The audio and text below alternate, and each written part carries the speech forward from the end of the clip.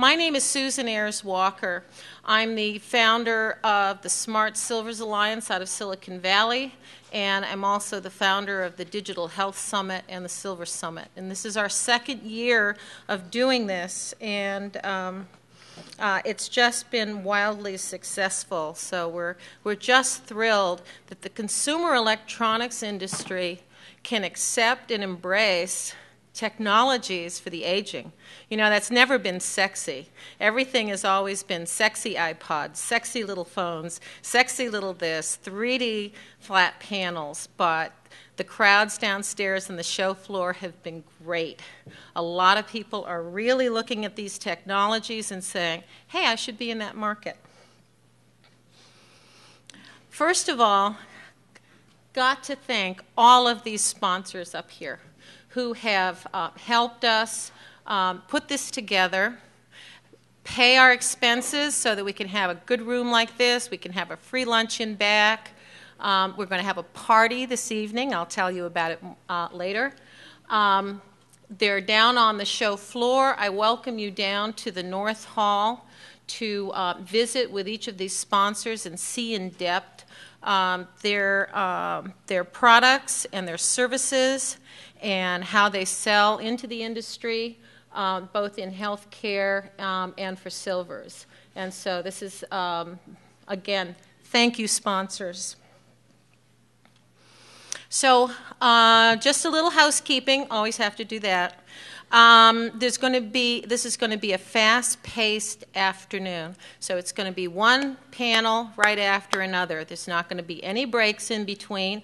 So if you need to find the restrooms, I encourage you to go in that direction, but you might not have your chair when you come back. So you just need to plan appropriately. And but we're going to go all the way through till about 5:30. We've got some really fine panelists for you to see. I think we've run out of programs, so I have to apologize there because I don't think there's any left. The crowd this morning ate them up, I think. So they're all gone. If you have a cell phone, we're filming and we're recording, so please, put your phones on vibrate right now. And the filming that we do and the presentations you may see through this afternoon will be available on the Silvers Summit website. And so that would be www.silversummit.com, not .org. And so here are some of the takeaways we're going to have for the Silver Summit afternoon. So if you're only thinking of staying for one panel, you might want to think of staying for a few more because there's a lot of good speakers here. We're going to be stalking the boomer for the most part this afternoon. We're going to be finding out on one of our panels, our first panel after our keynote, how do you reach the boomers and older adults through the media, through the press, through hard copy, through the internet, through social networking. So there's whole very varied ways, and of course there's always been the perception, oh no, old people don't go on the internet. So we're going to blow that misconception away and maybe even talk about what boomers buy and why. You'll find that throughout the entire afternoon. We're going to talk about technology that drives us nuts. I'll tell you, I'm 63 years old, and I'm a leading edge, a technologist. I've always been in emerging technologies, but these bifocals drive me crazy. And so that prevents me from using some of this small gidgy-gadget stuff. And sometimes when you have the installation guide is thicker than the device that you're going to use, you wonder why. Why can't it be intuitive? So we're going to have a great panel on, why technology drives us nuts and why, what are we going to learn from this? We're going to have some panelists that have designed some really fine products that are easy to use, but they're not dumbed down, okay, for the older set.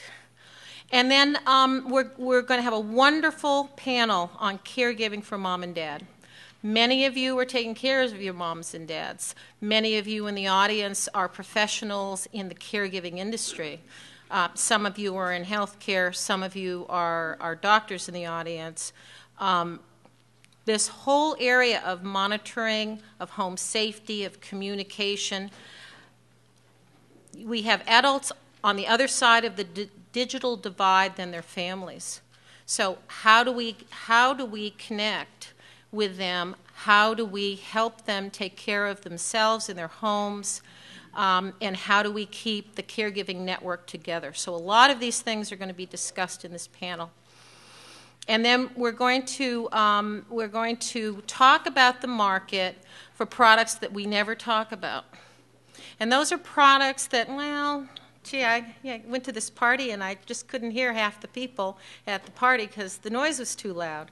Well, your hearing is changing. You're losing your hearing. We're all in denial that maybe our sight isn't what it used to be. We've lost some of the frequencies in our hearing. Maybe we're a little too stressed out. We're going to have some wonderful products from companies that are making money in this area of products that compensate for loss. So, and so this ought to be a very interesting area to look at. And lastly, you thought you liked your lunch. Well, we got a party at the end of all this because I know you guys want to network. And so there'll be a party next door. We'll have a little bit of wine and a little bit of food there, you know, so that you can exchange cards with speakers and sponsors and get to know each other as a group. So you've heard enough from me, and my voice is starting to go anyway. So what I'd like to do at this point is introduce our keynote speaker. And I'm honored to have as our keynote speaker this year Jim Osborn, other words known as Oz. I think kind of the Wizard of Oz. He is the executive director and co-founder of the Quality of Life Technology Engineering Research Center at Carnegie Mellon. Jim is also the coordinator of the University Life Science Initiative for Carnegie Mellon and the executive director of Carnegie Mellon's Medical Robotics Technology Center. So he wears a lot of hats. And one of his early projects was sending robots into active volcanoes, and robots that investigated Chernobyl and 3 Mile Island. So he's been in this business a long time. If you've been down on the show floor, there's some exciting exhibits to see on the future that technology holds for your home, for your site, for all kinds of aspects of improving your quality of life. And so you don't want to hear from me anymore. You want to hear from Jim. So I'm going to bring Jim up to the stage.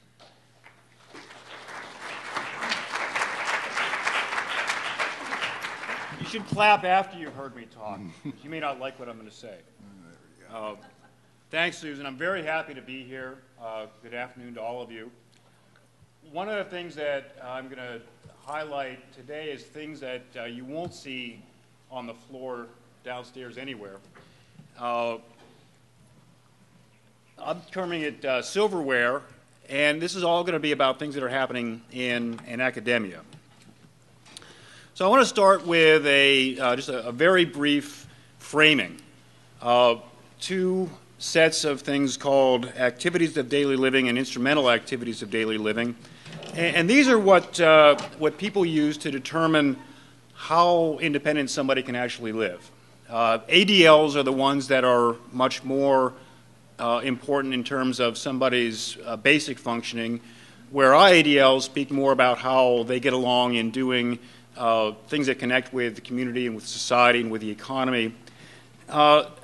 The definitions have changed over time somewhat. The ones, particularly for the IADLs, as an occupational therapist would look at them now. It used to be, can somebody use a telephone? But now there's many other ways to communicate electronically. And so the definition is broadened to think about being able to use the internet and being able to use something like Skype.